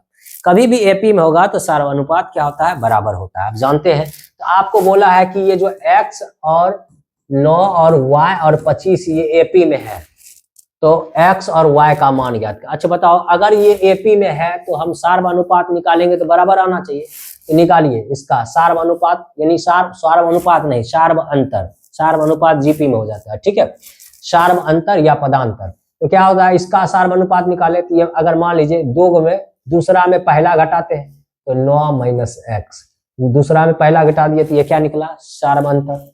ये भी 2 ले लो, दूसरा में पहला घटा देंगे तो ये भी क्या निकलेगा y - 9, तो ये भी निकलेगा सार्वअंतर। ये भी जो दूसरी 2 ले लो तो 25 - y, ये भी क्या निकला सार्वअंतर। और हम जानते हैं ये सब सार्वअंतर निकाले हैं, और हम जानते हैं किसी भी AP का सार्वअंतर क्या होता है बराबर होता है, क्योंकि ये AP में बोल दिया है पहले, इसको बराबर कर दो तो 9 - x बराबर y - 9 कर दिए, और यहाँ देखिए पहला को इसको बराबर कर दिए और इसको इससे बराबर कर लेते हैं, y - 9 बराबर 25 - y। ठीक है, अब देखिए यहाँ ध्यान समझना कि 9 है माइनस में, इधर आ गया प्लस में, ये x माइनस में था इधर आ गया प्लस में, अब पहले से है y। अब यहाँ देखो ये माइनस में y है इधर ले आएगा तो प्लस में हो जाएगा, और यहाँ 25 माइनस में है इधर आ गया प्लस में, ये क्या हो जाएगा 18, और यहाँ हो गया 2x, ये कट गया तो 9x बराबर क्या निकला 9। यहाँ देखो 2y और यहाँ 34 हो गया, 25 और 9 कितना था 34, ये कट गया 17 बार में, कितना बार में 17 बार में, तो y बराबर क्या हो गया 17। तो आपको क्या बोला x और y का मान ज्ञात करे, x का मान हो गया 9, कहीं नहीं है x का मान 9, इसका मतलब कहीं हम क्या कर दिए गलती। ठीक है, ये इतना और इतना बराबर किए तो 9 माइनस में था प्लस में, अच्छा यहाँ गलती कर दिए, यहाँ हम कर दिए गलती कर दिए, क्योंकि यहाँ 18 यहाँ x प्लस y था। चलो यहाँ तो x का y का मान यहाँ सही था, यहाँ क्या आएगा 17, y का मान 17 आया तो 17 यहाँ रख देंगे, देखो 17 यहाँ रख देंगे तो x का मान निकल जाएगा 18 बराबर x और y की जगह पर हम रख दिए 17, तो 17 प्लस में इधर आएगा तो माइनस में, तो 18 में 17 घट गया तो 1, यानी x का मान आएगा 1 और y का मान 17, तो x का मान 1 और y का मान 17, ऑप्शन नंबर ए हो गया। ये सब AP में बोला तो सब इससे हम सार्वअंतर निकाल लिए, दोनों को लेकर फिर ये दोनों के लेकर फिर ये दोनों के लेकर सार्वअंतर तीनों निकाल लिए, बराबर करके निकाल लिए। चलिए ठीक है, अगला क्वेश्चन चलते हैं, क्वेश्चन नंबर 30। अब देखिए यहाँ क्या बोला, समांतर श्रेणी n पदों का योग SN है, तो nवां पद याद करें, कोई दिक्कत नहीं है। देखो nवां पद बराबर होता है SN - SN - 1, ये भी एक फार्मूला होता है, ये डायरेक्ट फार्मूला याद रखो, इसका ऑप्शन नंबर क्या हो गया C।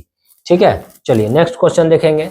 Next question, question number 31 कहता है क्या समांतर श्रेणी इतना का अगला पद क्या होगा। तो कोई दिक्कत, देखो ये अगला पद पूछ रहा है तो बताओ ये क्या है, ये √7 है। अच्छा ये बताओ 28 को रूट 28 को क्या लिखेंगे, 4 गुना 7 लिखेंगे, तो 7 का वर्गमूल 2 और ये 4 का वर्गमूल 2 और 7 रह जाएगा अंदर में, तो 28 को क्या लिख सकते हैं 2 रूट 7। उसी तरह 63 को क्या लिख सकते हैं बताओ, 63 को क्या लिखेंगे, 9 सती 63 होता है, 9 गुना 3 करेगा तो 63 होगा रूट के अंदर, तो 9 का वर्गमूल क्या निकलेगा 3 और 7 रह जाएगा अंदर में, ये 7। तो देखो यहाँ क्या है 1 रूट 7, यहाँ 2 रूट 7, यहाँ 3 रूट 7, अगला क्या आएगा इसका 4 रूट 7, क्या आएगा 4 रूट 7। अच्छा बताओ ये 3 रूट 7 का मतलब वो अंदर में क्या था 9 था, 9 में 3 निकला, ये 2 रूट 7 मतलब 2 कैसे निकला है, अंदर में 4 था तब ना 2 निकला, यहाँ 4 निकला है तो इसका मतलब अंदर में 16 होगा, और इसको हम क्या लिख सकते हैं 16 शक्ति 112, इसका मतलब अगला पद क्या हो जाएगा 112। अब देखो 112 को तोड़ के निकालो तो यही निकलेगा। लॉजिक समझा, चलिए लॉजिक समझा इसको, ये 9 होगा तब ना 3 निकला, इसका मतलब अंदर 16 होगा तब ना 4 निकला, इसको 16 अंदर और 7 गुना कर देंगे तो इतना ही निकलेगा, तो ऑप्शन सी हो गया। चलो नेक्स्ट क्वेश्चन देखो, नेक्स्ट क्वेश्चन देखो ऐसा क्वेश्चन आ जाए 6 प्लस 6 प्लस 6 ऐसा डॉट डॉट डॉट डॉट अनंत तक दे दिया, तो इसको दो तरीका से बना सकते हैं। एक लॉजिक पहले देखो, अगर ऐसा क्वेश्चन रहे तो 6 का 2 ऐसा फैक्टर लो कि गुना करने पर 6 पुर जाए और घटाने पर 1 पुर। देखो यहाँ 3 गुना 2 ले लेते हैं, 3 गुना 2 करेगा तो 6 पुर जाएगा, 3 में से 2 घटाएगा तो 1 पुर जाएगा, पुर रहा है ना। तो और बीच में लगा रहे प्लस का चिन्ह, तो इसका अगर मान पूछे तो बड़का मान होगा आंसर में 3, अगर प्लस लगा रहेगा तो 3 होता है आंसर, इसका मान पूछे तो इसका आंसर होगा 3। लेकिन अगर ऐसा रहता 6 माइनस 6 ऐसा रहता, अगर इसका मान पूछता तो फिर इसका 2 फैक्टर लो जो गुना करने पर 6 पूरे और घटाने पर 1 पूरे, तो 3 में से 2 गया तो देखो 1 आया ना यही। तब इसको माइनस रहता है तो इसका आंसर क्या होता है छोटका, तो छोटका क्या है 2, इसका आंसर होता है 2।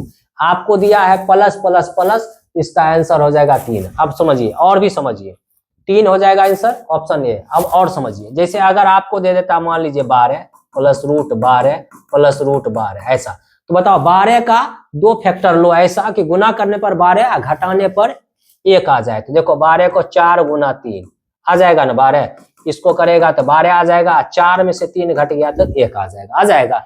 अगर प्लस का चिन्ह है तो बड़का होगा आंसर यानी 4 हो जाएगा। अगर दोनों डबल में ऑप्शन रहता है तो 4 और 3 मारता है, डबल में नहीं दिया है, एगो पूछ रहा है तो एगो पूछेगा तो बड़का 4 होता है। अगर इसी में माइनस लगता है तो छोटका आंसर होता है 3 होता है। समझ में आया ये बात को? और भी समझना चाहता है इसको और समझना चाहता तो और ले लो। अगर रहता 20 प्लस 20 प्लस 20 ऐसा रहता है तो इसका 5 गुना 4 देखो 20 पुर जाएगा, और 5 में से 4 घट गया तो 1 पुर गया। प्लस का चिन्ह देगा क्या आंसर होता है 5, और माइनस का चिन्ह होता है तो आंसर क्या होता है 4। समझ में आया? इसका आंसर हो जाएगा क्या आपका 3। एक बात और, ये प्लस या माइनस रहे, लेकिन अगर गुना रहता तो जब ये दे सकता है तो गुना भी तो दे सकता है। अब आपको अगर ऐसा देता तो 6 इंटू 6 डॉट डॉट अनंत तक, तब क्या करता? अगर गुना में 6 दे दिया, 6 दिया तो 6 होगा आंसर। अगर 4 गुना में अगर ऐसा रहे, गुना में रूट पर रूट लगा रहेगा तो जो है वही आंसर। 6 इन्फिनिटिव तक लेकिन रहना चाहिए। 6 है 6 हो जाएगा, 4 है तो 4 हो जाएगा। लेकिन प्लस में रहेगा तो ये ध्यान रखना 2 फैक्टर गुना ऐसा लेना, गुना करने पर वो जितना उतना पूरे, घटाने पर 1 पूरे। अगर प्लस लगा है क्वेश्चन में तो 4, जो प्लस लगा है तो बड़का मान होगा, अगर माइनस लगा है तो छोटका मान होगा। यहाँ प्लस लगा है तो बड़का मान होगा 3, क्योंकि 3 गुना 2 करेंगे। चलिए नेक्स्ट क्वेश्चन देखते हैं। बहुत सारा ऐसा क्वेश्चन बता दिए, ऐसा रहेगा तो आप छूटना नहीं चाहिए आपसे। चलिए 33 नंबर क्वेश्चन देखिए, कहता इतना का एक मूल्य 2 है। ठीक है, अगर बताओ इसका मूल्य एक मूल्य 2 है तो यहाँ x जगह पर 2 रख देते हैं। इतना का एक मूल्य 2 है तो बताओ यहाँ अगर हम 2 रख दिए x जगह पर, तो बताओ यहाँ 2 रखेंगे x जगह पर, तो बताओ क्या आ जाएगा 2 का स्क्वायर 4, यहाँ x जगह पर 2 रखेंगे तो 2p, प्लस यहाँ है 12 बराबर 0। तो बताओ 12 प्लस 4 क्या हो गया 16 बराबर 0। तो 2p बराबर, ये 16 प्लस में इधर आया तो माइनस में, -16, ये कट गया तो 8, यानी पी का यानी वैल्यू कितना हो गया -8, ये निकल गया। कहा इतना का एक मूल 2 है, चलो यहाँ तक हो गया।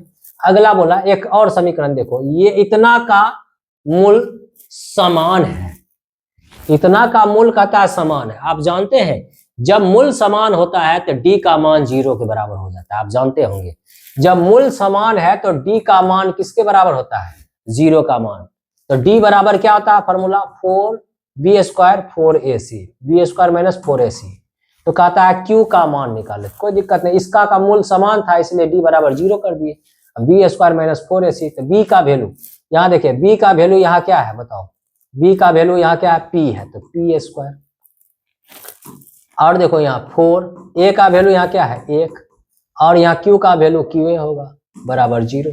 p है ना, p का वैल्यू यहाँ -8 है, तो -8 का स्क्वायर क्या होगा, यहाँ से p का वैल्यू रख दीजिए, -8 का स्क्वायर 64 होता है, और यहाँ 4q बराबर 0, ठीक है 64।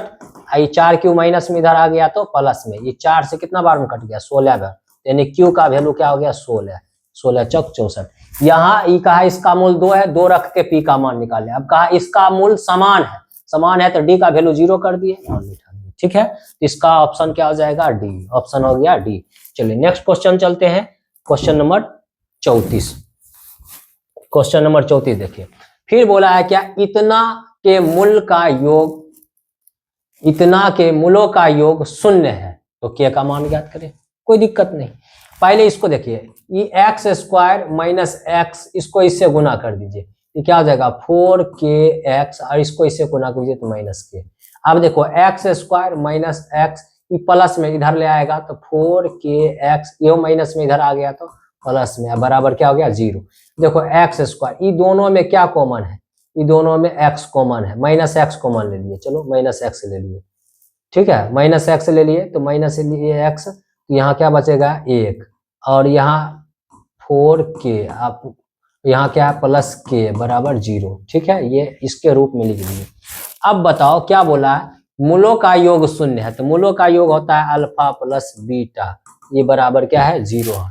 तो बताओ मूलों का योग क्या होता है -b/a, क्या होता है -b/a बराबर क्या है 0 है।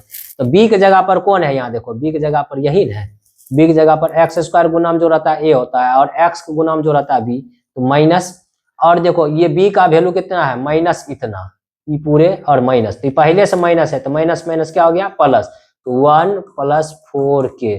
a का वैल्यू क्या है x² गुनाम कुछ नहीं तो 1 है, बराबर 0। तो बताओ क्या हो जाएगा, क्रॉस गुना करेगा तो 1 + 4k बराबर 0, तो 4k बराबर, ये प्लस में 1 इधर आया माइनस में, तो k बराबर हो गया -1/4, k बराबर कितना हो गया -1/4, क्या हो गया k बराबर -1/4। तो देखिए k बराबर हो गया -1/4, ऑप्शन नंबर हो गया सी, ठीक है। पहले गुना कर लिए, उसके व्यापक रूप में लेके चलाए, उसके बाद मूलों का योग 0 के बराबर कर दिए, उसके बाद बैठा दिए।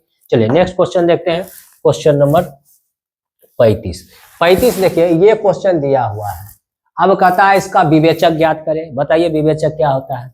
आप जानते हैं विवेचक क्या होता है, डी होता है, डी बराबर क्या होता है आप जानते हैं b² - 4ac। b कौन होता है, जो x के गुनाम होता है, तो x गुनाम यहाँ देखिए 10 है, तो 10 का स्क्वायर हो जाएगा 4। a कौन होता है, जो x² गुनाम है, x² गुनाम है 5√5, और गुना c कौन होता है, जो x से फ्री है, तो x से फ्री क्या है 5 है, √5। अब देखिए यहाँ देखिए 10 का स्क्वायर 100, आप जानते हैं रूट के अंदर वाला रूट के अंदर से गुना होता है, तो देखो √5 गुना √5 क्या आ जाएगा 25, 25 का वर्गमूल 5, यहाँ गुनाम फिर क्या है 5, फिर गुनाम क्या है 4, तो 5 × 25, 25 चौका 100, ये हो गया 100। तो डी का वैल्यू क्या हो गया 100 गया 0 हो गया, तो आपको यहाँ हो गया option number B, option number B, ठीक है, ऑप्शन नंबर क्या हो गया बी। चलिए नेक्स्ट क्वेश्चन देखेंगे, क्वेश्चन नंबर 36। समझ में आ रहा है सबको, ऐसा टाइप क्वेश्चन याद रखिए, सॉल्व बढ़िया से कर लेना है, आराम से बता रहे हैं ताकि आपको कभी ऐसा पूछे तो छूटे नहीं। चलिए इतना एक समीकरण है, इसका एक मूल है sin थीटा, दूसरा है cos थीटा, यानी अल्फा है sin थीटा और बीटा है cos थीटा। तो कहता b² किसके बराबर होगा, कोई दिक्कत नहीं। आप जानते हैं कि अगर इतना का मूल अल्फा और बीटा दे दिया है तो अल्फा प्लस बीटा बराबर क्या होता है बताओ, माइनस बी बाय ए। अल्फा क्या है यहाँ, साइन थीटा, और बीटा क्या है, कॉस थीटा। ये माइनस बी बाय ए, यही हो जाएगा, ठीक है। और एक बात बताओ, यानी माइनस बी बाय ए, तो यही हो जाएगा। और यहाँ एक बताओ, अल्फा इंटू बीटा क्या होगा, सी बाय, अल्फा इंटू बीटा क्या होगा, सी बाय, ये भी यही हो जाएगा, ठीक है। आपको बी स्क्वायर पूछा है, तो ये अल्फा इंटू बीटा सी बाय, और ये तो अल्फा इंटू बीटा की जगह अल्फा का वैल्यू क्या है बताओ, साइन थीटा, तो ये हो गया sine theta into cos theta बराबर क्या हो गया, सी बाय ए, ठीक है। अब यहां से इसका हमको बी स्क्वायर का मान चलना है, तो बताओ ये दोनों तरफ हम वर्ग कर देते हैं। इसमें देखो दोनों तरफ अगर वर्ग कर देंगे तो क्या हो जाएगा बताओ, ये हो जाएगा sine theta plus cos theta का होल स्क्वायर। इधर वर्ग करेंगे तो माइनस का स्क्वायर प्लस आई बी स्क्वायर बटे क्या हो जाएगा, ए स्क्वायर, ठीक है। अब बताओ ये ए प्लस बी का क्या है, whole square. A plus B का होल स्क्वायर क्या होगा, ए स्क्वायर यानी sine square theta plus B square यानी cos square theta, plus 2 into A into B यानी sine theta into cos theta हो जाएगा ये, ठीक है। समझ में आ रहा होगा ये।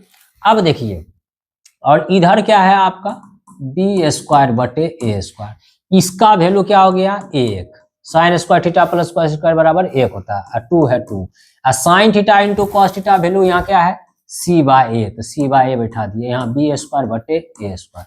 अब देखो यहाँ नीचे में कुछ नहीं है, तो इसका एलसीएम क्या होगा, ए, ये क्या हो गया ए, और ऊपर में क्या है 2c, अब बराबर यहाँ क्या है बी स्क्वायर बटे ए स्क्वायर, तो एगो ए से एगो ए क्या हो गया, कट गया, तो क्रॉस गुना करो, तो ये बी स्क्वायर इजकल टू ए से गुना करेंगे तो क्या होगा ए स्क्वायर, और इसमें एस करेंगे तो प्लस 2ac, तो बी स्क्वायर का वैल्यू क्या हो गया, ए स्क्वायर प्लस 2ac हो गया।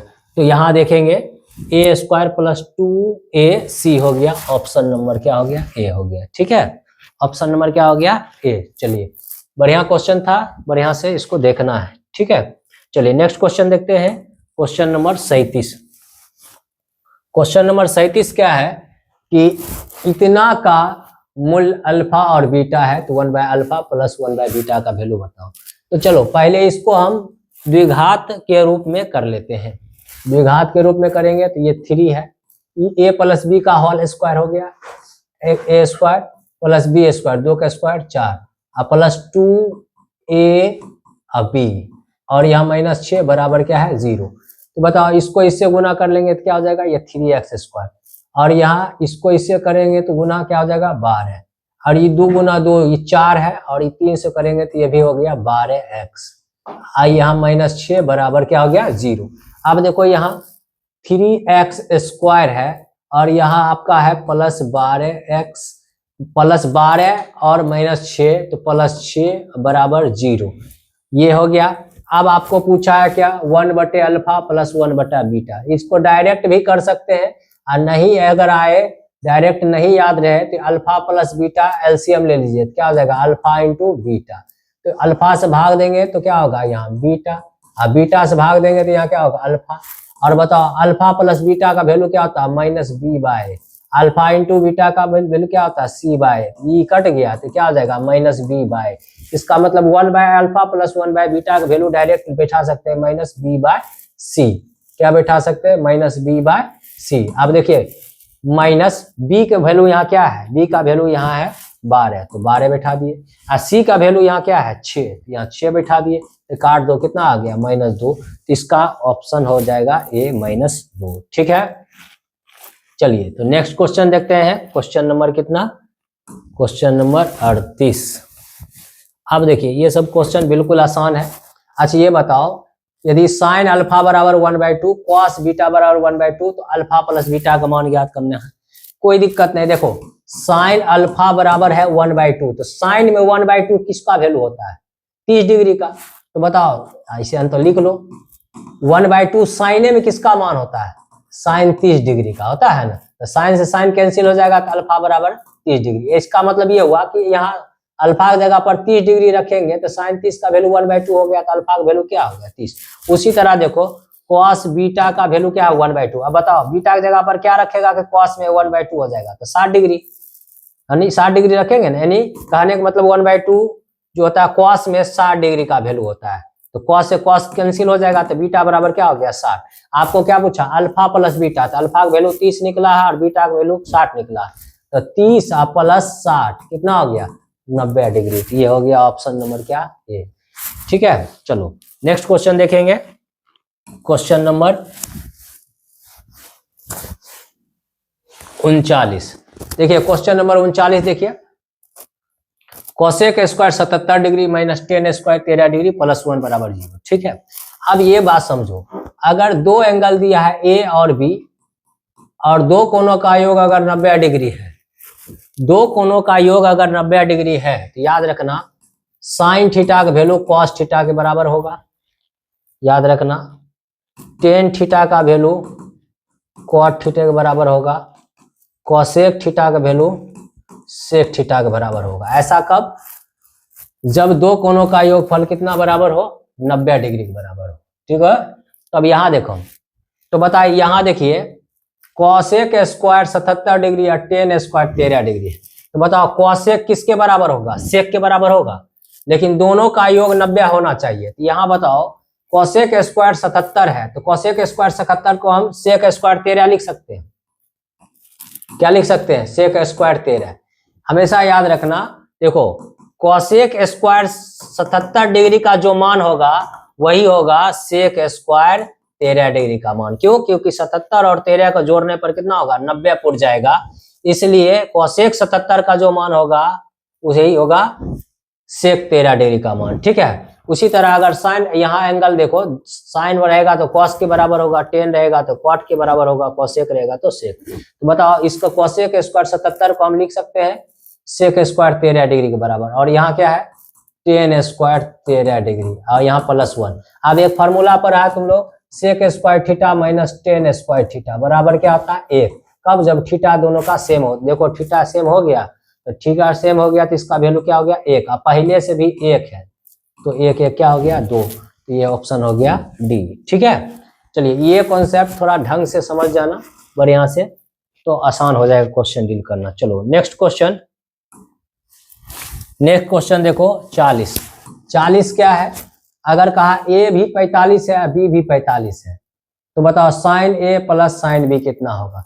यानी ये देखिए ए भी 45 है और बी भी 45 है, तो साइन 45 का वैल्यू क्या होता है 1/√2, ये भी तब 1/√2, 1/√2 1/√2, तो 2 गुना 1/√2 हो गया, एक रूट इनका जोड़ घटा करो, ये देखो 2√2 गुना √2 कितना होता है 2 होता है, तो बताओ ये √2 से √2 कट गया, एक √2 बच गया, इसका हो गया ऑप्शन क्या बी। ऑप्शन क्या हो जाएगा बी, 1/√2 1/√2, ऑप्शन क्या हो गया बी हो गया। चलिए अब क्वेश्चन नंबर नेक्स्ट देखते हैं, क्वेश्चन नंबर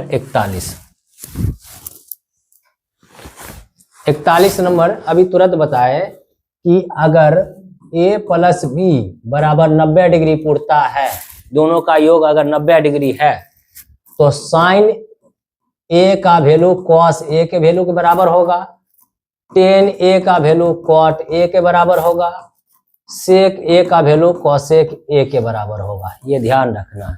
तो ठीक है, तो यहाँ देखिए कॉसेक 50 है, तो कॉसेक है तो कॉसेक किसके बराबर होगा सेक के, तो बताओ ये 50 है तो सेक में 40 होना चाहिए तब ना दोनों को 90 पूरेगा, तो ये सेक में 40, ये देखिए ये किसके बराबर होगा सेक 40 डिग्री का, 50 प्लस 40 क्या पुर जाएगा 90, इसलिए याद रखना दोनों का योग 90 पुर रहेगा तो कॉसेक का योग सेक के बराबर होगा, सेक का कॉसेक के बराबर होगा, ये बात ध्यान रखना। ठीक है, दो का योग 90 पूरे तो साइन कॉसेक के बराबर, साइन कॉस के बराबर होगा, टेन कॉट के बराबर होगा, सेक और कॉसेक के बराबर होगा, ये बात ध्यान रखना है। इसमें ये क्वेश्चन में तो पूछा कॉसेक 50 डिग्री किसके बराबर होगा, तो सेक 50 सेक 40 से होगा, तब न 40 और 50 90 पूर जाएगा। ठीक है, इसलिए इसका ऑप्शन नंबर क्या हो गया डी हो गया। ठीक है, चलिए नेक्स्ट क्वेश्चन देखेंगे, क्वेश्चन नंबर 42।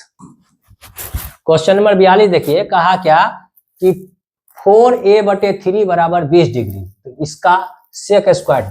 अब बताओ ये 4 से हम ये काट देते हैं, कितना बार में कट जाएगा बताओ? 4 पचे 20, कट गया 5 बार में।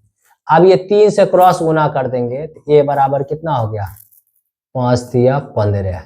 ठीक है, समझ में आया? अब यहाँ देखो, यहाँ क्या बोला? सेक स्क्वायर 3a, 3 a का वैल्यू कितना निकला? 15 डिग्री। तो बताओ सेक स्क्वायर 15 तिया 45, 15 तिया 45। अब सेक 45, अच्छा बताओ कॉस 45 का अगर पूछे मान क्या होगा? 1/√2 होता है। तो सेक 45 का इसका उल्टा क्या होगा? √2, और यहाँ लगा है स्क्वायर, तो स्क्वायर से रूट कट गया, क्या हो गया आंसर? 2, ऑप्शन हो गया 2। ठीक है, यहाँ हम 4 कट गया, क्रॉस ए का वैल्यू निकाल लिए, यहाँ ए का वैल्यू बैठा दिए। ठीक है, दीजिए सर को फूल लाइए, गिलास बोला।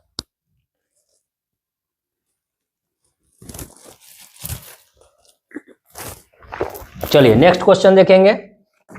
नेक्स्ट क्वेश्चन देखेंगे, क्वेश्चन नंबर 43। अभी तुरंत ऐसा टाइप का कॉन्सेप्ट बताए हैं, तो देखिए इसमें क्या बोला? Sine 15 into sec 75 plus cos 15 cosec 75 किसके बराबर होगा?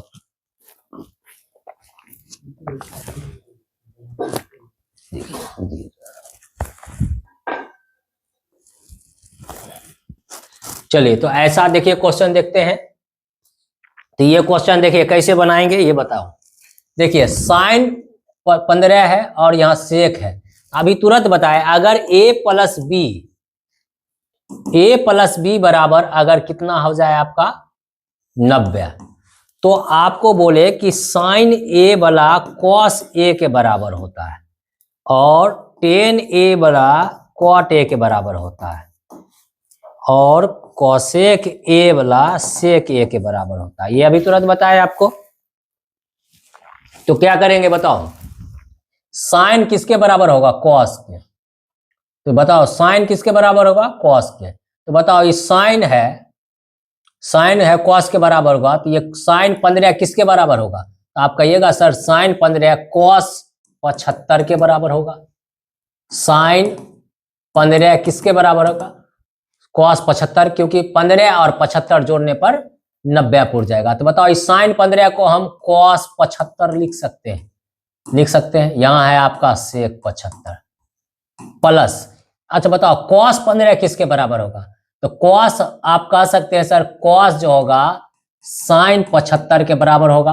क्यों? क्योंकि 15 और 75 जोड़ने पर 90 पूर जाएगा, इसलिए बराबर होगा।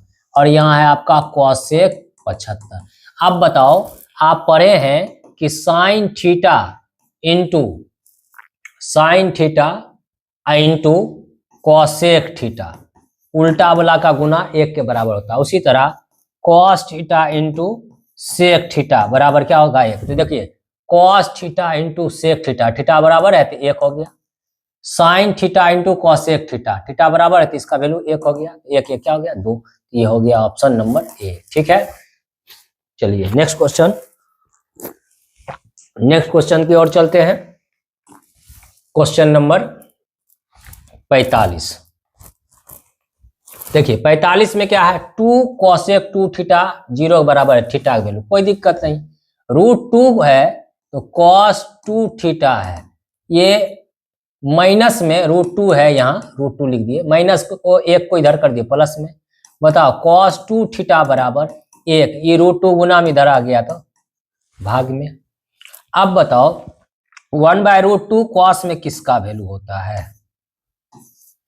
किसका होता है? कॉस 45 का। तो कॉस से कॉस क्या हो गया? कैंसिल। कॉस से कॉस क्या हो गया? कैंसिल। तो 2 थीटा बराबर क्या हो गया? 45। तो थीटा इक्वल टू 45/2। 45/2 का मतलब हुआ 45 का आधा।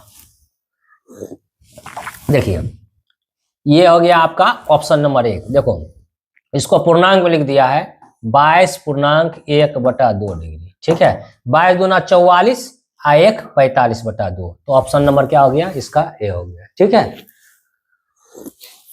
चलिए नेक्स्ट क्वेश्चन देखते हैं। Question number 46। देखिए आप पढ़े हैं कि साइन थीटा बटे कॉस थीटा बराबर क्या होता है, टेन थीटा होता है। थीटा समान रहेगा तब। देखिए साइन 60 बटे कॉस 60, तो बताओ क्या हो जाएगा, टेन 60 हो जाएगा। इंटू में यहाँ क्या है बताओ, कॉट 60। अभी तुरंत बताए कि tan theta into cot theta रहे, उल्टा बोला रहे और गुना में रहे, इसका वैल्यू 1, तो tan theta into cot theta इसका वैल्यू 1 हो जाएगा। इसका ऑप्शन नंबर क्या हो गया, बी। ठीक है, तो ऑप्शन हो गया इसका बी। चलिए क्वेश्चन नंबर 47 देख लेते हैं। देखिए कहा इतना बराबर 1 है तो इसका वैल्यू क्या होगा। ठीक है, अच्छा ये देखिए इतना बराबर 1 है तो बताओ साइन फाइ इक्वल टू क्या हो जाएगा, 1 माइनस साइन स्क्वायर फाइ हो जाएगा। और यहाँ sine phi equal to 1 minus sine square theta बराबर क्या होता है, cos square theta, 1 minus sine square cos. आपको इसका अनुमान पूछा है, किसका पूछा, इसका। अब देखिए कॉस स्क्वायर वैल्यू किसके बराबर आएगा, साइन फाइ, तो कॉस स्क्वायर की जगह पर हम क्या लिख दिए, साइन फाइ लिख दिए, कॉस स्क्वायर बराबर साइन, इससे आया ना। अब देखो यहाँ कॉस स्क्वायर फाइ का होल स्क्वायर लिख सकते हैं, पावर पावर गुना हो जाएगा। तो अब देखो साइन फाइ, अब कॉस स्क्वायर फाइ का वैल्यू किसके है, साइन के बराबर थे। कॉस स्क्वायर का फाइ का वैल्यू किसके बराबर है, यहाँ देखो साइन का, तो यहाँ फिर क्या लिख देंगे, इसके जगह पर साइन लिख दिए, और यहाँ स्क्वायर है तो स्क्वायर। अब देखो ये फिर यही आ गया, sine phi plus sine square phi, इसका वैल्यू किसके बराबर है, 1। ये हो गया ऑप्शन नंबर। ठीक है, चलिए नेक्स्ट क्वेश्चन देखेंगे। Question number 48। देखिए 48 नंबर भी क्वेश्चन बढ़िया है। क्वेश्चन क्या करना है, इसको ध्यान सुनना। 3 साइन स्क्वायर फाइ, बताओ अच्छा ये मान लो इसका होल स्क्वायर कर दे, साइन 90 माइनस थीटा बराबर क्या होता है, कॉस थीटा। यहाँ लिखेंगे कॉस अल्फा, और यहाँ स्क्वायर है तो कॉस स्क्वायर अल्फा। आप जानते हैं ना साइन 90 डिग्री माइनस थीटा बराबर क्या होता है, कॉस थीटा। अब ये स्क्वायर लगा था तो हम स्क्वायर लगा दिए। अब sign square theta plus cos square theta का वैल्यू क्या होता है, sign square theta plus cos square theta का वैल्यू क्या होता है, 1। इसके जगह पर क्या बैठाइएगा, 3 को 3 लिख दिए, इसका वैल्यू 1, ये क्या हो गया 3। ऑप्शन नंबर सी हो गया। नेक्स्ट क्वेश्चन, क्वेश्चन नंबर 49 देखिए साइन ए बराबर ए बटा बी, तो टेन ए का वैल्यू निकालना है। इसका निकालना है टेन ए का, तो टेन ए का वैल्यू कैसे निकालेंगे। देखिए आपको मालूम है कि साइन थीटा बराबर क्या होता है, साइन थीटा बराबर होता है लंब बटे कर्ण, अब बराबर ए बटा बी। तो लंब है ए के बराबर, कर्ण है बी के बराबर। तो बताओ आधार क्या हो जाएगा, आधार बराबर रूट अंडर कर्ण स्क्वायर, कर्ण किसके बराबर 5 है, ए बी का, तो बी स्क्वायर, और लंब स्क्वायर, लंब क्या है ए है तो ए का स्क्वायर। अब तीनों भुजा निकल गया। अब टेन ए पूछा हमको, क्या पूछा, टेन। तो टेन थीटा बराबर क्या होता है, टेन थीटा बराबर लंब बटे आधार। तो बताइए लंब यहाँ कितना है, लंब है ए, और आधार कितना निकला, root under B square minus A square. तो टेन ए बराबर क्या हो जाएगा, ए बटे root under B square minus A square. देखिए ऑप्शन नंबर हो गया बी। ठीक है, चलिए नेक्स्ट क्वेश्चन की ओर चलेंगे, और आज हम जो है 50 क्वेश्चन ही करेंगे। ठीक है, तो नेक्स्ट वीडियो जो आएगा उसमें फिर इसको हम पूरा कर देंगे। चलिए ये क्वेश्चन देखिए, बताओ टेन अल्फा बराबर 1/√5 है, तो सेक अल्फा। अब बताओ टेन अल्फा बराबर 1/√5 है, आपको पूछा है क्या, सेक अल्फा। अब यहाँ तुम ये सोच रहा होगा कि 10 में सर 1/√5 मान होता है, तो इसको इस ढंग से हमको नहीं बनाना। या तो आप लंब बटे आधार लगा दीजिए, या तो आप पढ़े, देखिए यहाँ एक चीज पढ़े, tan square theta sec square theta minus tan square theta बराबर क्या होता है, 1 होता है। तो बताओ इसी में अगर आपको सेक स्क्वायर थीटा कहे तो ये माइनस में है तो प्लस में हो जाएगा, और सेक थीटा अगर खाली पूछ दे तो रूट अंडर 1 प्लस क्या हो जाएगा, टेन स्क्वायर थीटा होता है ना। तो आपको सेक अल्फा पूछा, तो सेक अल्फा इक्वल टू क्या हो जाएगा, root under 1 plus tan square alpha. तो बताइए, आप देखो रूट अंडर 1 को 1 लिख दिए, टेन अल्फा का वैल्यू क्या 1/√5, 1/√5 का स्क्वायर। बताओ 1 को 1, 1 का स्क्वायर 1 और √5 का स्क्वायर क्या होगा 5। तो ये भिन्न का जोड़ घटा हो गया, तो 5 नीचे में एक है ना, तो 5 1 6/5। अब 6/5 रूट के अंदर हो गया 6/5, यहाँ मिल रहा ऑप्शन नंबर सी।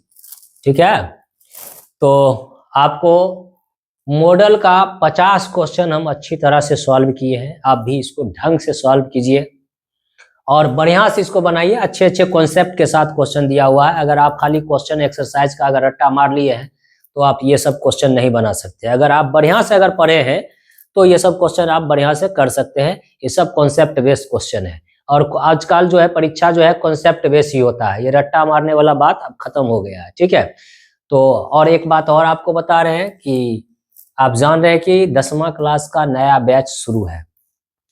10वां क्लास का नया बैच शुरू है और उसका टाइमिंग जो है पहले 6:15 पर था, अभी ठंडी को देखते हुए उसका टाइमिंग 6:30 पर हो गया है। ठीक है, तो 10वां का जो है बैच नया शुरू है 6:30 बजे से और उस बैच में अभी मैथ और फिजिक्स स्टार्ट है चलना। और क्लास 12 का भी नया बैच स्टार्ट है और वो बैच आप जान रहे हैं कि उसका टाइमिंग जो है 7 से 8 जो है केमिस्ट्री है, 8 से 9 फिजिक्स है और 9 से 10 मैथ है। तो आप लोग जो है जरूर इस बैच से, नए बैच से जुड़िए ताकि आपको अच्छे कॉन्सेप्ट जो है जानने को मौका मिले और परीक्षा में अच्छा नंबर देखने को मिले। ठीक है, तो इसके बाद जो है नेक्स्ट वीडियो जो होगा वो हम अगले बार लेकर आएंगे, तो वो आपका 51 से लेकर 100 तक होगा, वो ऑब्जेक्टिव होगा और इसके बाद जाके सब्जेक्टिव देखेंगे। ठीक है, तो आज के लिए इतना ही, धन्यवाद।